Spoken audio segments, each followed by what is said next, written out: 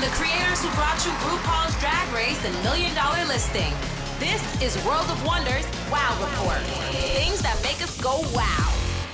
Hello, everyone. Welcome to this week's Wow Report on Radio Andy. And what we do, we've been doing it for a few years now, but we count down the top 10 things this past week that made us go, wow! I'm Fender Bailey, here joined by the amazing James St. James. I'm first! Oh my God, I gotta shout out first. Switch it up. And Tom Campbell. Oh, no adjective, just Tom Campbell. Hi, Fenton. Fabulous. I was just thrown by getting it out of amazing order. and wonderful, always scintillating. Yes. Both equally scintillating, equally fascinating, Renaissance men of our time. It's like we're fighting for Daddy's approval. And you won. We're coming live-ish from the World of Wonder storefront gallery here in Hollywood. It's fire season right now. Everything's burning down. The whole world. God bless us, smoke. everyone. It's like croaking. I mean, the air quality. Have you noticed? Yes. I don't. I never go outside. I don't like fresh air. I don't like the outdoors. Well, I apologize in advance if you hear a cough because I'm sick as hell. Oh no, thank baby! you for making it, Blake. That's a great way to get mentioned in the first part of a show. I think that's the new Lizzo single, Sick as Hell. So, yeah, we're together. Here we go. Let's do it. Number 10, Tom. Number 10. I had one of the peak live music experiences of my life recently. Of your life? Yes. Live music, seeing Tanya Tucker perform at the Troubadour. Wait, is this the first time you've ever seen Tanya Tucker perform? Live, I think it is. It is. Wow. And she has a new Legendary album. legend. Legendary. She has a new album out called While I'm Living. It was co-produced by Brandi Carlile, who you know and love, who's very hot, and Shooter Jennings, who's Waylon Jennings and Jesse Coulter's son, Shooter. I've heard of him, yes. And at the event happened at the legendary Troubadour, which still is open. It's been open since the 60s and 70s and 80s, where rock and roll was born, where everyone found each other. Is there a scene in Rocket Man? Was that? Yes, that's where Elton John comes to L.A. and he sings and he floats, and that's where Linda Ronstadt performed. That's where she put together the Eagles as her backup band. On and on and on. Where is the Troubadour? It's on Sunset. It's beyond Dantana's on Santa Monica. Oh, I'm so almost when you get to Doheny. It's a small venue. It's a very small venue, so it's very intimate. And wait, there's a steakhouse next to it. What's that? The Dantana's. Oh, that's Dantana's, okay. right? Okay. But this new album, which is available for all, and you can watch a lot of the performance on YouTube. Thank God for today. But Miss Tanya Tucker is 60 years old. That's it. She started, her first single was in 1972, Delta Dawn, when she was 13 years old. Well, I was going to say, because she's been around since the dawn of creation. But she's had that raspy, incredible voice that has only become more poignant with age. Remember when Johnny Cash a bunch of years ago, but did that kind of those albums with Rick Rubin that sort of redefined toward the end? What was that fabulous? When they covered the Nine Hurt. Inch Nails songs. Yeah, Nine Inch Nails. Yes, and it has that kind of vibe to it. But wait a minute, while we're talking about that, because Helen Reddy did Delta Dawn too, and I thought I thought she had the bigger hit. Helen Reddy had the pop hit, but it's the original song. It was a cover of Tanya Tucker, 12-year-old with the soul of a... I did not know that. Delta Dawn, what's that flower you got on? Could it be a faded rose from days gone by? It's true. Oh, and was she terrible. did not disappoint. She sang, what's your mama's name, child? What's your mama's name? She sang a lot of great hits. But the song that is in my mind that I will sing to anyone who will walk anywhere near Maybe me, you could have a few bars right now. I might, is called Bring My Flowers Now. And it's a song that Tanya says took her 40 years and 20 minutes to write. Oh. She had written the chorus, which is Bring my flowers now while I'm living. I won't need your love when I'm gone. Don't spend time, tears, and money over my breathless body. Oh. If there's heart in them flowers, bring them on. So she had the chorus. It was the idea of, why go to funerals? Why give all this stuff? Bring it now. Bring it with love. And she wrote the verses with Brandi Carlile in the restroom of the recording studio. In 20 minutes, they went out and they recorded it. And it's this amazing record. There's a video. Bring My Flowers Now. I did not do it justice. But and the crowd was a combo of kind of record people. Shooter Jennings was there. Dennis Quaid came on stage. He'd done a movie with Tanya in the 70s, and he showed up with his 20-something-year-old fiance. He still looks pretty good in his 60s. And so he does those insurance commercials now. Yes, he does. That's how people know. But the very last moment, last song, she's singing. She's pouring it from her heart. She's so warm. Her songs resonate so well. And she goes, I can't leave without singing this one. And she sings Amazing Grace. And I'm like, okay, I was expecting Delta Dawn. Was once was lost, but now I'm found. Was blind, but now I see. No one makes a noise. And then Delta Dawn. Oh, what's that flower you have on? And we all sang full-throated, all of us in this Troubadour. Every person was, man, woman, child, was singing along Delta Dawn. It was incredible. I don't know, for my ignorance, who she is. But hearing you talk, fascinating, beautifully sang too. Thank you. I'm hearing a lot, now that I'm living, an Amazing Grace. I'm hearing a lot of sort of rebirth and she went up and down. It's a woman at the end of her life, and she's had struggles with drugs. She's had struggle with alcohol. She and Glenn Campbell were in an infamous cocaine fueled relationship in 1980. So she's up there with Reba and Dolly and all those greats. It's just her career has been Loretta. Up and down, but she's had handfuls and handfuls of hits. So this is this is her first, I think, studio album in 20 years, and she's back and she still can perform and she still can deliver. And I implore you to listen, stream, buy the CD, whatever you do. I get the feeling that probably in the UK growing up, there weren't a lot of country singers that broke over there as opposed to in America. Brought Down by Love, what's that brought down by? No. I don't even Johnny know Cash, I think. Johnny Cash, okay. he's a little bit country. But Tanya, not to dwell on this too much, she's an outlaw, right? She is considered She's kind of a female outlaw. I didn't know outlaw was a whole genre. Oh, yeah, the Waylon Jennings and Willie Nelson. It's so much to learn. The PBS documentary about country music. Period in your life, you've got venues to travel, doors to open. We should do a hallways to go down. Little bit country song, country episode. We'll do things that make us go yeehaw. Number 9, James. Number 9.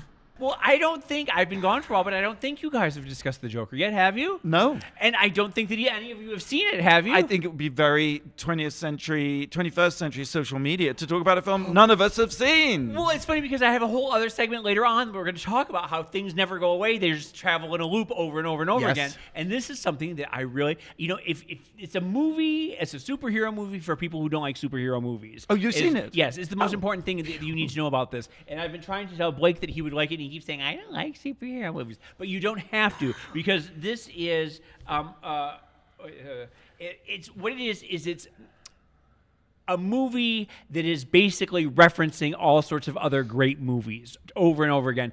It is Taxi Driver meets King of Comedy. I've heard of that. Meets The Fight Club meets Falling Down is what it is. So it's a mashup. It's a complete mashup, and he's not even. It's not even oblique. He is completely putting these movies together all in the same thing. And they have the same sets. They have the same actors. They use the same lines from these other great movies. Wow. And is Robert De Niro, who has been in, King of Comedy and Fight Club and Taxi Driver. Mashing up these other movies. Yes. To what's the point of that? He's telling the story of the Joker. The outsider. Right? The Joker of Batman comics, right? But this is a Joker that we've never seen before. It's a parallel dimension in which everyone can be the Joker. One person is the Joker one day, another person is the Joker the next day. But this is just one different Joker that we're meeting all of a sudden out of the blue. So a society of Jokers. Jokers. Jack Nicholson, there's been Heath Ledger, there's been all these Jokers. This is not what they say out loud, but basically this is a story of a Joker, okay? Okay. And it's, when you think of Fight Club and you think of is this really happening? Is this in someone's head? What's going on? There's all that. About 3/4 of the way through the movie, you begin to question, did any of this happen? I don't think any of this happened. It's all inside of his head. It's Fight Club. It's Taxi Driver, and it's the slow burn story of someone who is flailing at life and falling apart, which is the same thing that Falling Down is about with Michael Douglas. Yeah, but the King of Comedy, which have you ever seen the King of Comedy? Don't tell Senator Bernhardt I have not. Okay, well that's just it right there. King of Comedy is ultimately the better movie here, and this is a blatant ripoff of King of Comedy, in which there's a failed comedian who ends up on a talk show, and he fails miserably on the talk show, but because of that, he goes viral for all the wrong reasons, and thinks in his head that he's a success, but actually everyone in the world is laughing at him. And it's the same story that happens here. In that case, Sounds Robert like Trump. Well, there is a Trump character in this as well, which is Bruce Wayne's father. But Robert De Niro played the failed comedian in King of Comedy. Yes. And in this, he plays the talk show host, which was brilliantly played by Jerry Lewis. You have to watch it. It's Jerry Lewis. Like, even if you hate Jerry Lewis, you will walk I away. hear it's the Jerry Lewis movie to see. Yeah, he plays like a Johnny Carson asshole, just an asshole. And in this, Robert De Niro plays that. But in King of Comedy, Sandra Bernhardt gives, and I'm not saying this because she's our Radio Andy friend. Hi, Sandy. But she gives one of the screen's greatest performances of all time. And she plays an obsessed fan of Jerry Lewis, the talk show host, who kidnaps him and ties him up in this room with all these candles going on. And you've seen a million different takeoffs on this in real life. But she has this one scene that is just batshit crazy for the gods. She is chewing the scenery, and you cannot take your eyes off of her. And I want everyone to see The Joker because it's absolutely fantastic, but you need to watch The King of Comedy immediately afterwards. Do the Joker first, and then go watch The King of Comedy, and you will see that they're both great movies. The Joker is fantastic because of Joaquin's performance. It's just terrorizing and mesmerizing and incendiary, and it's all this comment about how as he becomes more famous, the world around him is falling apart, which is sort of a Trumpian analogy, and he's sort of the catalyst for everybody taking to the streets and rioting. And as the film ends, you sort of see him being, it's not a spoiler, but he's being led away, and he's looking out the window of the police car as the world is just in fire and flames and coming down around him, and he's sort of smiling and laughing at what he's done. But did he really do it? And is this just in his head? And blah, blah, blah. It's just fascinating, and I really wish everybody could see it. Because go see The Joker, and then watch King of Comedy. Yeah. I like a directive. Thank you, James. Mm-hmm. Number 8. Jojo Rabbit. Has anyone seen Jojo Rabbit? No, and it's funny because I keep trying to talk people into going to see it. Nobody will see it with me because you give them the 1 minute synopsis, and everybody says no.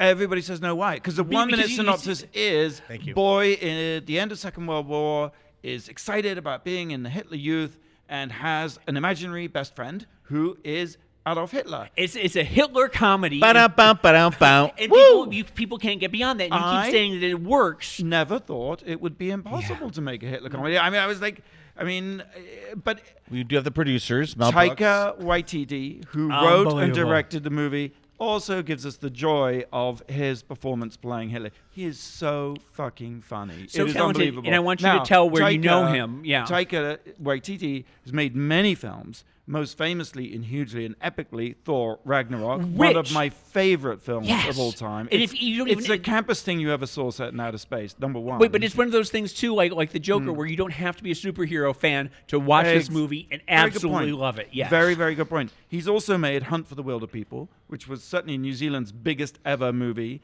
He also made What We Do in the Shadows, which is a brilliant mockumentary about vampires living together in a house. We've talked about the TV show version which is on. Indeed. And he's very handsome. He's wonderfully, and he's a friend of yours. Yes, indeed. Yes. Indeed. And brilliant with child actors. And the kids in this movie, the little boy who wants to be in the Hitler Youth, played by Roman Griffin, is amazing. But he gets his scene stolen by Archie Yates, who's his pudgy buddy at the Nazi camp.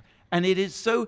What I loved about this film was it's at the end of the Second World War. Things are falling apart, and he portrays the Nazis, yes, as evil, bigoted, evil, etc., but also incredibly clumsy. And that's always the comedy with Taika Waititi. It's always like people just doing foolish, inept things. And the more evil and monstrous these people are, often the more banal and stupid and sort of two left feet. It's the Hogan's Heroes thing. I was going to say Hogan's Heroes, which was very controversial. Yes, Sam Rockwell plays Captain Klansendorf.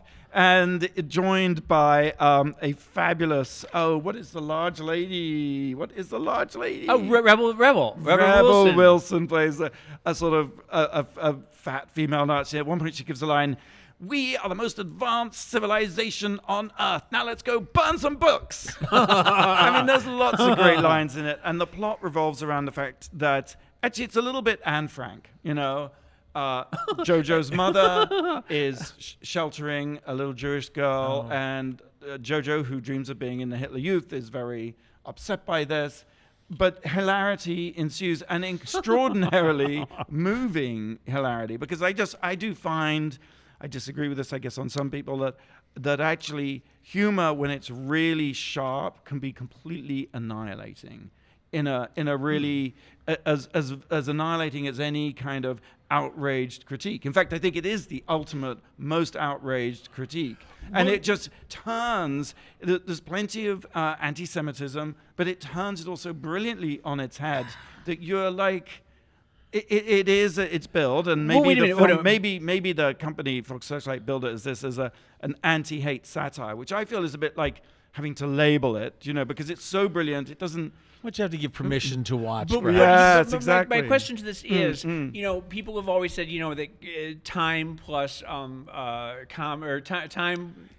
tragedy plus time plus time equals comedy. And then the argument to that was, well, what about the Holocaust? You cannot ever make a Holocaust comedy. Or, you know, after Hitler, after the Holocaust, there is no poetry, and that is the end all of these arguments, is that you can't. But you're saying that enough time has lapsed that we can make a comedy? I don't even know if it's about time, because in fact the producers, which I feel this takes a leaf from the playbook, was made many years ago. Mel Brooks, the producers, Springtime for Hitler.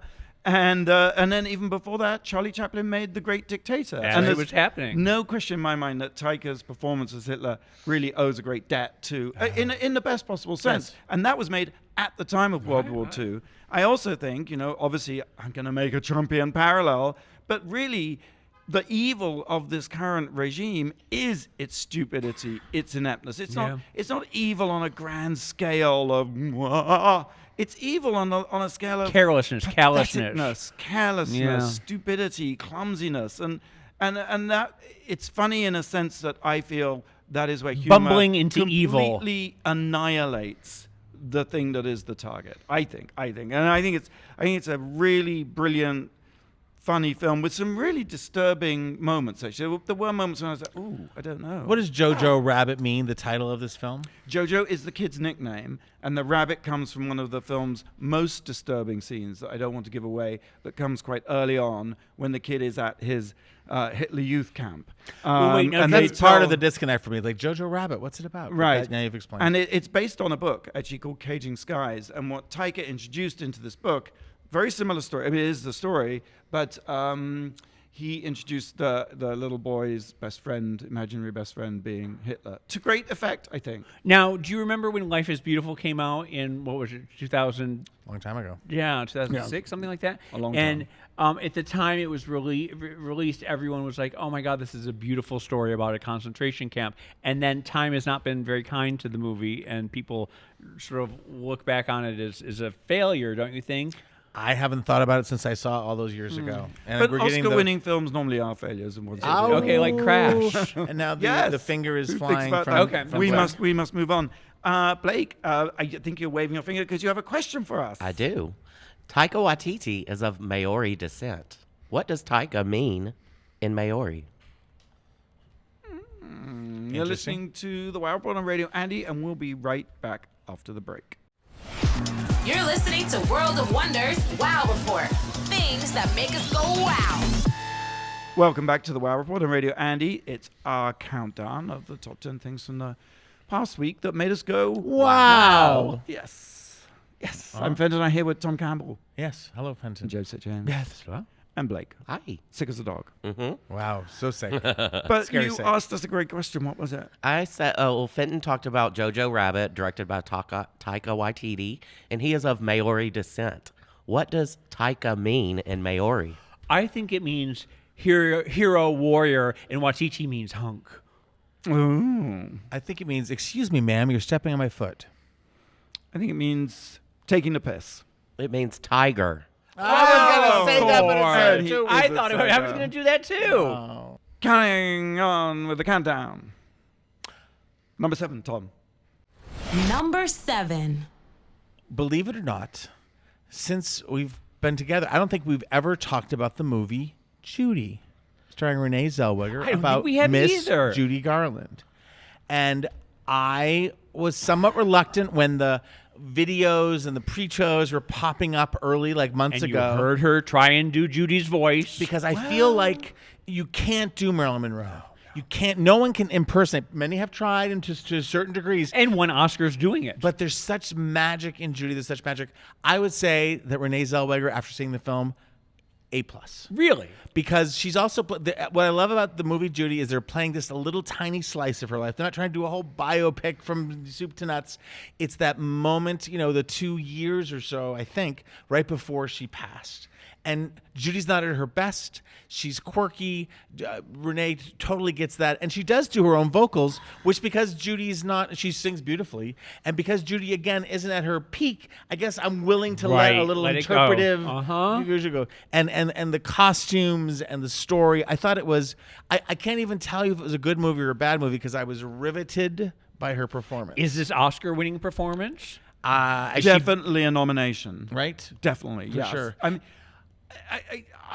You saw it. I did. I didn't want to see it. I didn't want to see it either. And I loved it. I was so taken away with it. But then I was just talking to somebody upstairs, actually, who was saying, you liked it in that Party City wig? I was like, oh my God, I guess I don't know Judy. I'm not a Judy expert. I also think Judy had really weird moppy hair back then. Yeah, it she worked did. for me. Yeah, it worked and especially for me. during that period, and her outfits were a lot of times like, what? Yes, I thought they Yeah. captured. I thought the Okay. styling was quite something. And she sang live, right? Yes, Renee. or she was her vocal. Yeah, But it was a good. I thought she really captured But the no, spirit. she doesn't capture Judy, but she captures the spirit of Judy. Yes, and Judy in those years where Judy was kind of doing the best she could to hit those notes. Now, just to add, you should go see Judy if you've been reluctant like us. If you have seen Judy, there's also something on Showtime you can watch right now if you the have Sid and Showtime, which yeah. is not Sid and Nancy, but Sid and Judy, and it's about it's about Judy's 13-year marriage to Sid Luft. I know. I was like, I didn't know Sid was married to Judy before Nancy.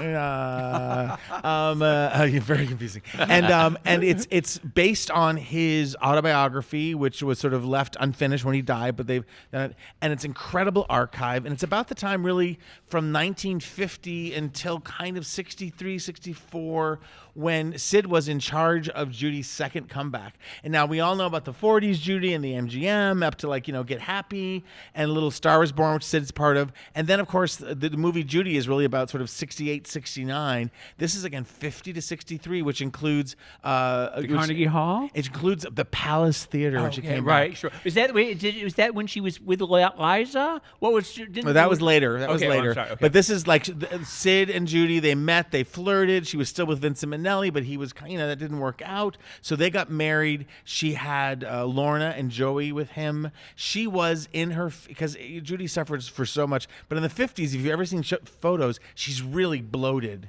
and really fat, and she's abusing alcohol and pills so much. Because in a way, this was a glamorous take on those. On the end. Well, what am I trying to say? Was the movie Judy? Yeah.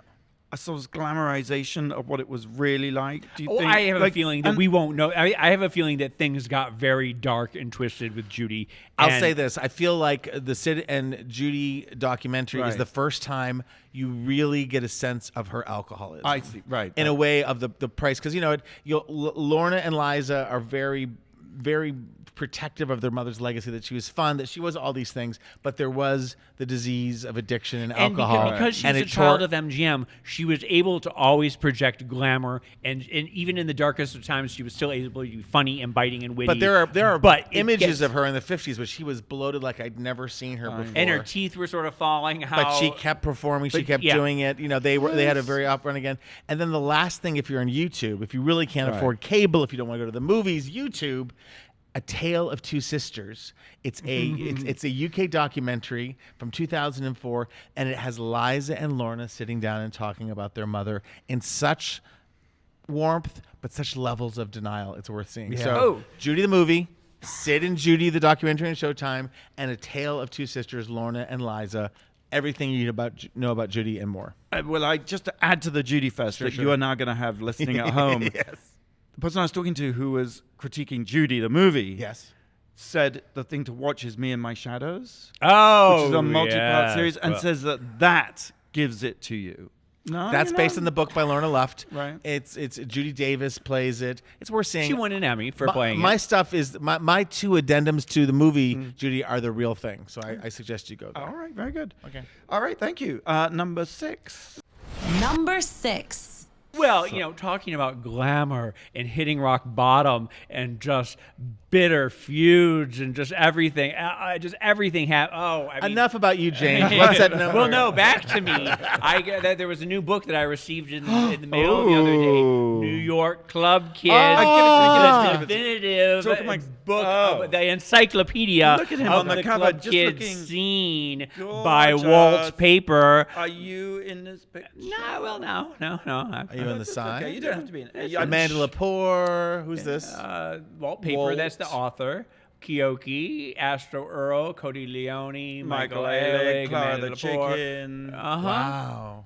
This is another take on the Club Kids. Look how gorgeous this book is. It really is. It's beautifully done. It's Mostly a lot photographs. of it's pictures, it's photographs, it's insightful commentary. It's he connects a lot of dots about the Club Kids and sort of their inspiration and a lot of how they influence modern culture and pop culture.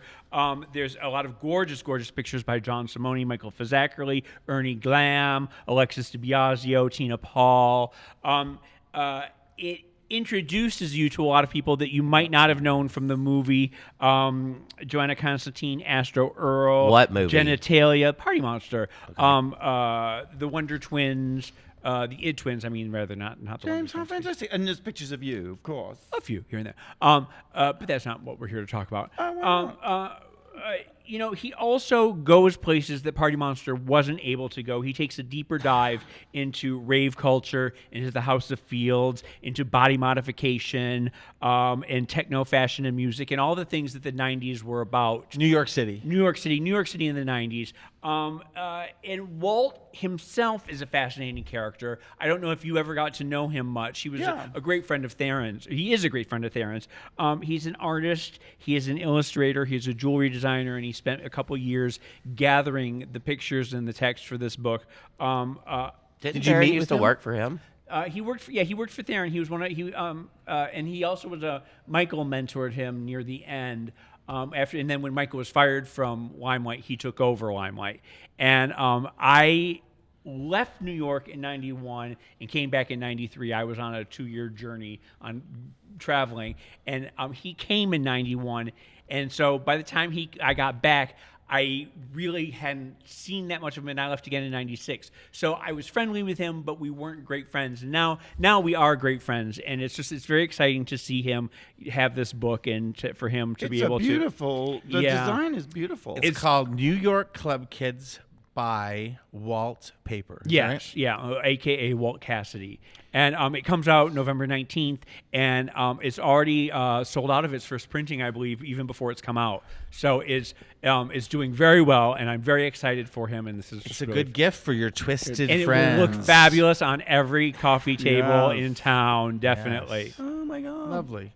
Moving on, number 5, Number 5. Succession. I'm going to cede my time to Tom Campbell because I couldn't possibly talk about Succession for a third time. Well, wait, so and you've seen Tom it. finally saw Succession. And I have to tell you, when I mention it to anyone and I was getting my haircut, they're like, everyone's talking about Succession. So if a hairdresser's hearing it, it's true. But I finally, it was another thing. I don't know why I'm reluctant to watch anything because everything feels like such a commitment.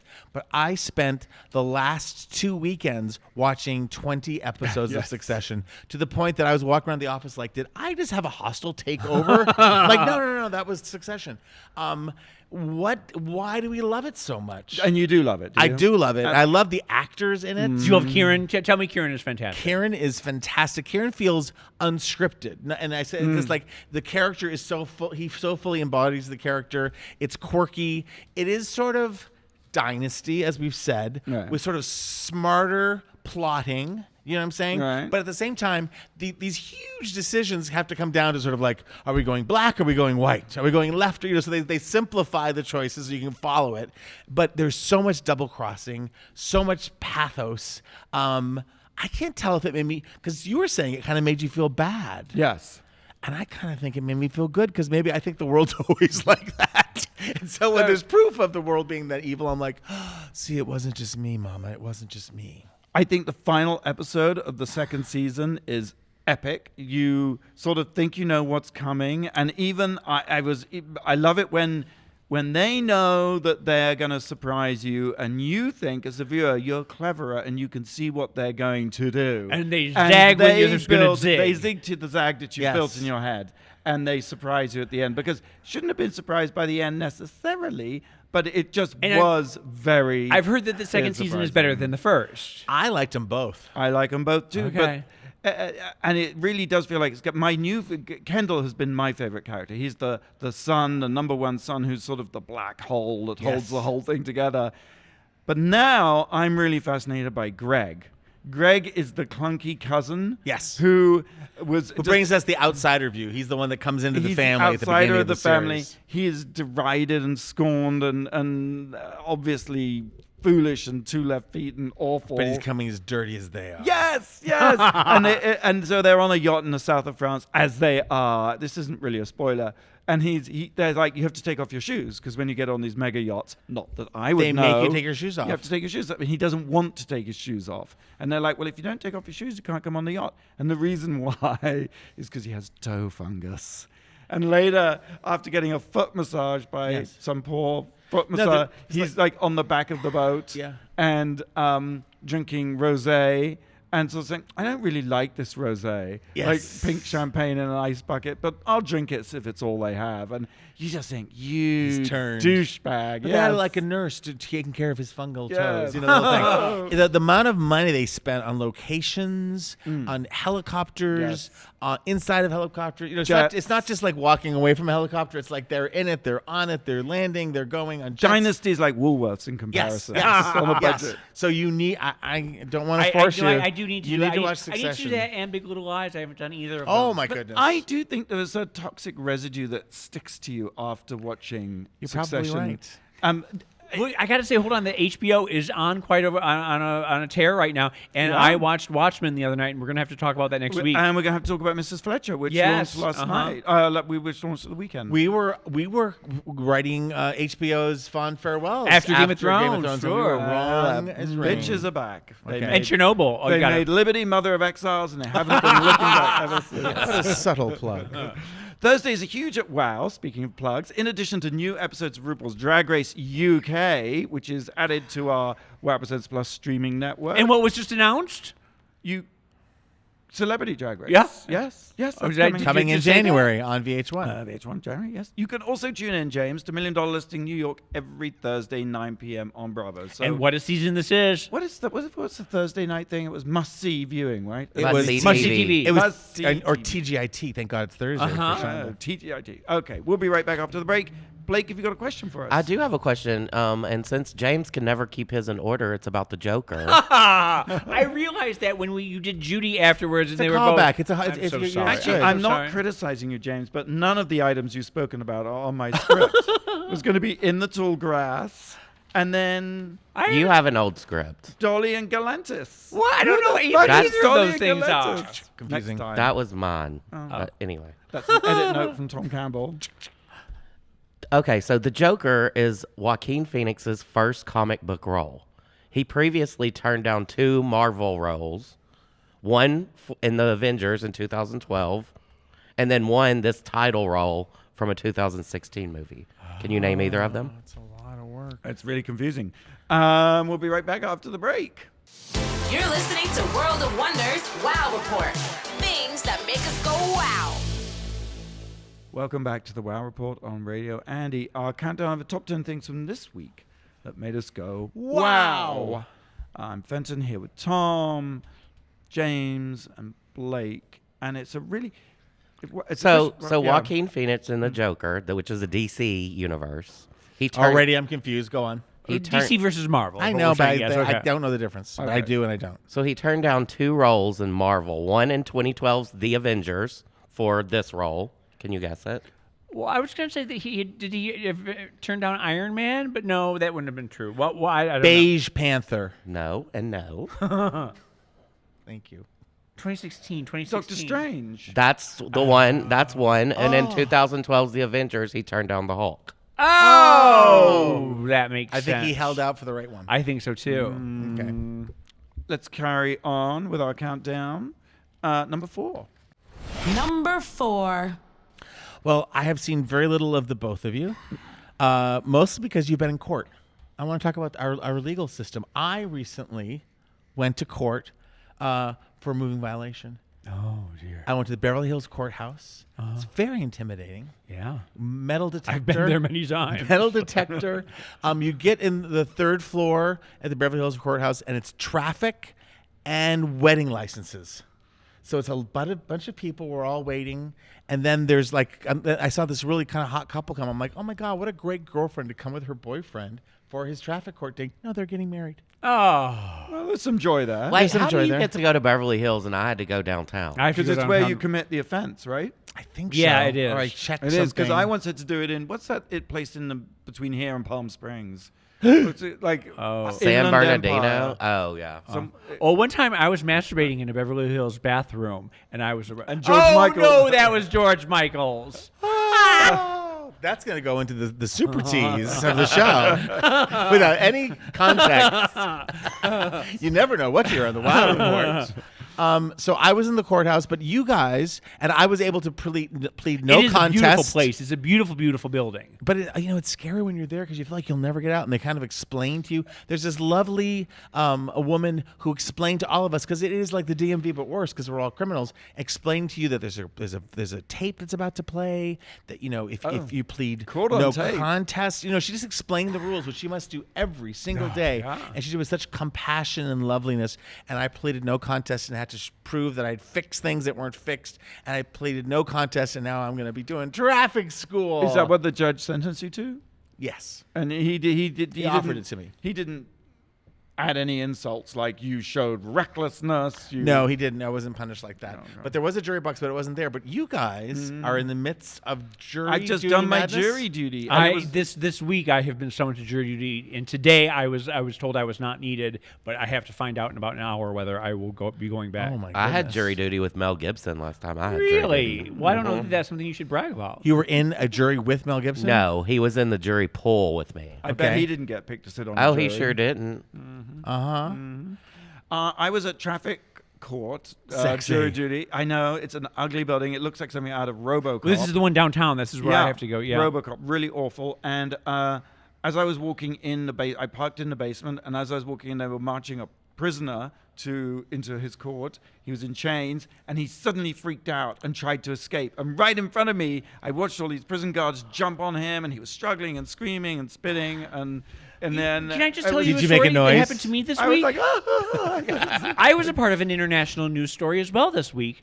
I masturbating in a bathroom. Close. I was in St. Pete, Florida, and I went to Target to buy some batteries. And an hour later, at that same Target, you can read on the Daily News this week, Daily Mail, that a naked man came into the Target and was masturbating to an Olaf. I read that story. And that was the Target I was at. An hour later, he was caught ejaculating onto an Olaf doll.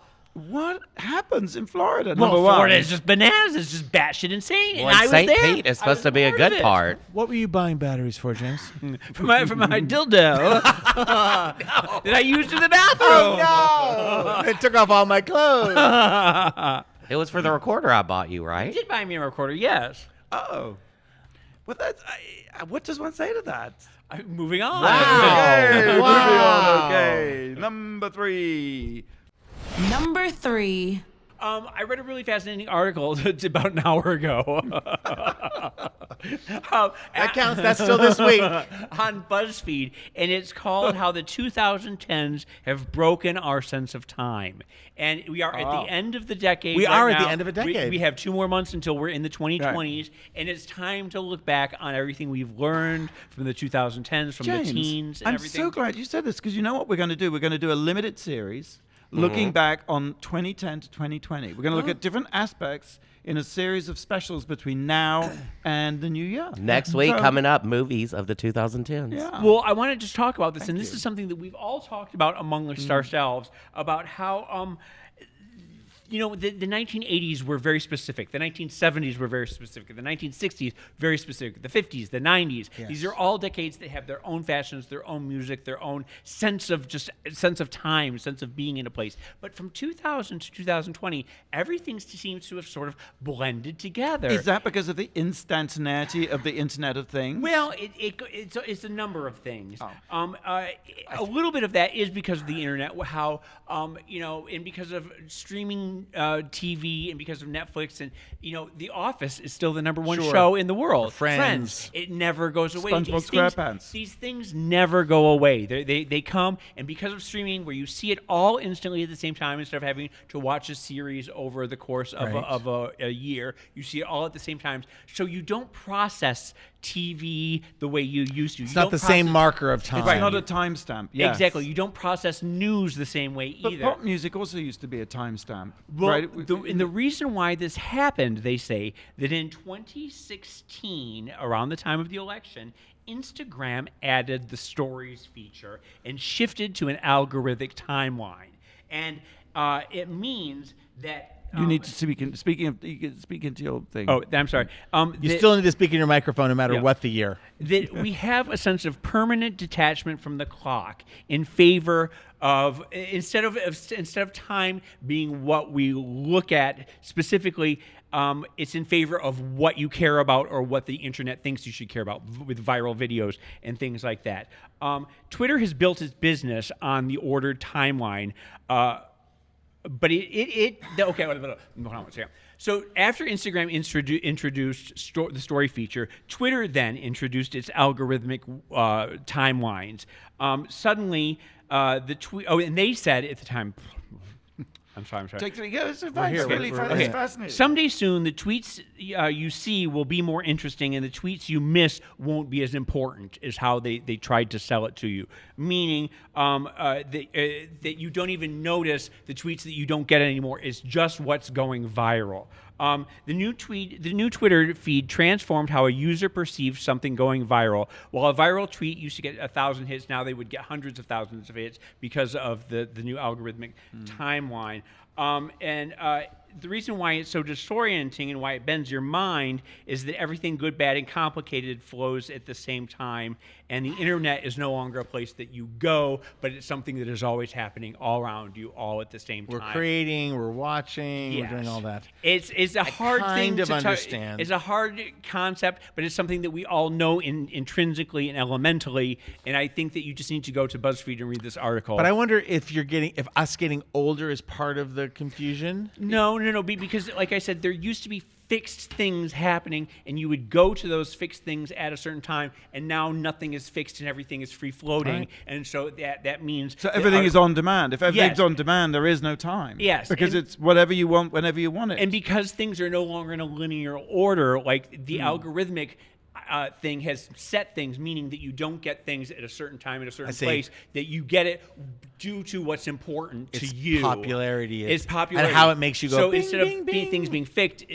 being fixed, it's how popular it is. But you're also saying common markers in the sense that shared milestone moments no longer so happen. because we're each in our own bubble of and curated like that goes to the or streaming liked. concept. But which we is, can still say to ourselves, where were you when a No, you baseball, can't do that anymore. Where were you when a baseball stadium booed our president and said, no, lock him up? No. Now the question is, where were you when you saw it, not where were you when it happened? And that's the key difference. I just wanted to mention that, but thank you. No, You're no, right. no. I get the but- difference. I yeah, get the difference. It's I just not wanted when to, something happened, it's when you I was saw just it happen. Throwing a little dig against Trump there. Okay, number 2. Number 2. we come to you live from our Hollywood Boulevard adjacent studio. RuPaul's Star is just outside. Yes. They're on Hollywood Boulevard. Across the street is Musso and Frank's. And I was in my office, speaking of time, I was in my office a few weeks ago, looked out the window, and it often happens that someone's getting a star on the boulevard. But this time I looked out of my window, and it was all this fuss outside Musso and Frank's, because Musso and Frank's was getting its star, the first restaurant to receive its star on Hollywood Walk of Fame, because It's the 100-year anniversary. yes, started in 1919, Hollywood's oldest restaurant, with Hollywood's sounds ageist, Hollywood's oldest waiters. And the oldest menu, because the menu is still the same as it was in the Yes. 1920s and Very similar. 1930s. Although I would caution you, if you're going to think you're going to get cheese on toast when you go for Welsh Rabbit, their Welsh Rabbit is something not I do know entirely that, what but you Theron normally has, expect. Yeah, Theron has ordered it and has been very upset when Yes, it comes. it's Yeah, not quite but right. I do got to say But- that the pork chops are some of the best in the city. Oh my God, the grill! I mean, a petite fillet or something like that is just And amazing. great French fries. And you Fabulous. say the waiters are old, but they're old school waiters. They wear the Yes. red jackets. They are the most professional people on earth. They are lovely. And No, it's someplace you love them. can go if you bring your great Aunt Tilly and she wants succotash, she can get succotash. And stuffed celery, whatever that is. and it has a brand new patina to it because it is featured in Once Upon a Time in Hollywood. Right. And in fact, it's been very, very busy. In Yes. fact, you do now need to make a reservation, but I And can't listen, every time you go, you will see, and God bless him, he just passed away the other day, Bob Evans. You'll always see Yes. an old school Hollywood figure Yes. in a booth having. I love it because Raymond Chandler, Nathaniel West, who wrote Dare the Locust, Dashiell Hammett, Dorothy Parker, William Faulkner, F. Scott Fitzgerald, Charles Bukowski, Charlie Chaplin, Greta Garbo, Humphrey Bogart, Marilyn Monroe, Douglas Fairbanks, Mary Pickford. I mean, they all went back. Everybody, yes. I had And lunch- nowadays, you can see it in the Kaminsky method. They have right. lunch there every day. And what do you do on Thursday? chicken pot pie, Yes. and I don't care. Chicken pot pie, and I Their don't chicken care. pot pie is delicious. It It's is got really good. giant pieces of white meat chicken. And if you just go for cocktails, too, they make the best cocktails. I don't now. drink anymore, but I used to have martinis there, and they give you the martini in a little decanter that you pour, and there's some left over. So it's like fill the glass and a little bit more for Right. when you're done. Yeah. because it's never possible to have I also even the ice, the wedge of iceberg lettuce with blue cheese and bacon is to die for. I love the that. wedge has been there since the beginning. Yes. Yeah. Do you know the names of the original owners? Just for Mr. Musso and Mr. Frank. Yeah. well, Joseph Musso and Frank Toulet. And do you know the original name? This is good. Frank Italy. and Musso's. Sorry. What'd you say? Italy. Frank and Musso's. Francois. Oh, the It was changed in 1923. Okay, that's Musso and Frank's. Can't recommend it enough. We have to take a quick break. When we come back, we'll reveal the number one thing that made us go wow, this week. You're listening to World of Wonders Wow Report. Things that make us go wow. Hey, welcome back to the Wow Report. I just must mention to you, before we reveal the number one, that RuPaul's DragCon UK coming, London, obviously, UK, I mean, January 18th and 19th. Across the pond. RuPaulsDragCon.com. That's where you can How get fun. your tickets. If you can't go across the pond, come to Vegas. RuPaul's Drag Race Live, which will be end of January. Yes, At the Flamingo. Yes. And that's RuPaulsDragRaceLive.com. All right. I've got a little plug too. Oh, yeah. Stonewall Out Loud will be screening at the Roxy in New York City on November 6th. So get your tickets. Brilliant half-hour documentary directed by Randy and Fenton. Now, Blushing. if I may set up this number one, the reason that Blake is here, the reason that the three of us will now have the flu, the reason he had to come today, Right. because Blake is the centerpiece of our number one. Blake, take it away.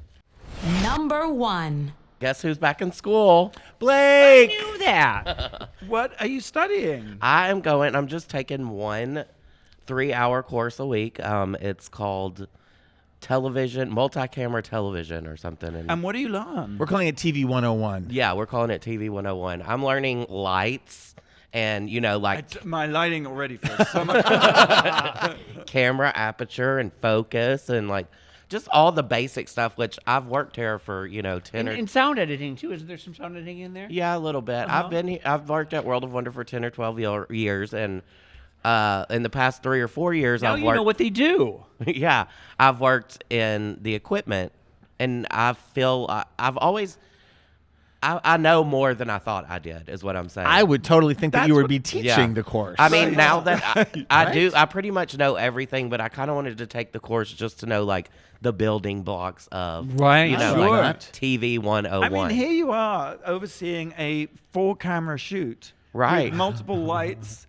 I mean, Well, that's what one more thing- can they teach you? That is kind of one of our things is multi-camera switching and stuff, and I Does was it- kind of telling her, you know, I produce and edit this show, and we do all of this. Like, what are you doing here? Well, do you think that it's going to take you in different directions and it's going to open up all new vistas for you and you're going to want to learn more? Well, yeah, I do think I'm going to keep going. I mean, it's kind of fun. After being out of school for so long, I used to just go and memorize the test, you know, and Sure.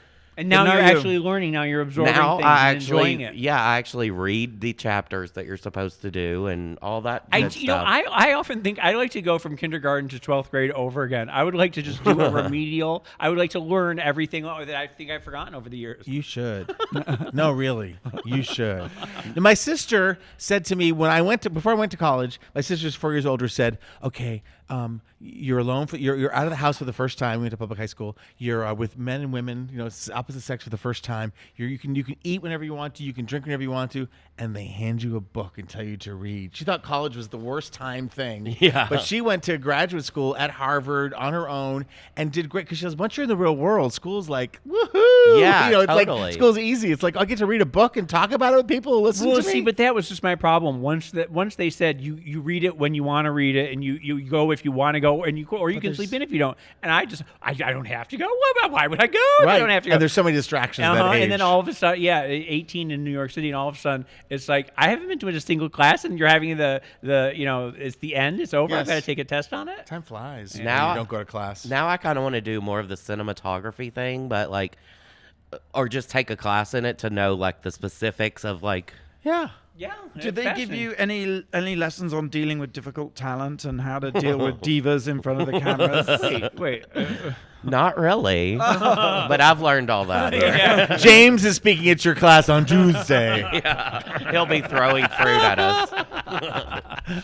Well, thanks for listening to the WoW Report on Radio Andy Sirius XM. Listen to previous episodes on our YouTube channel, WoW Presents.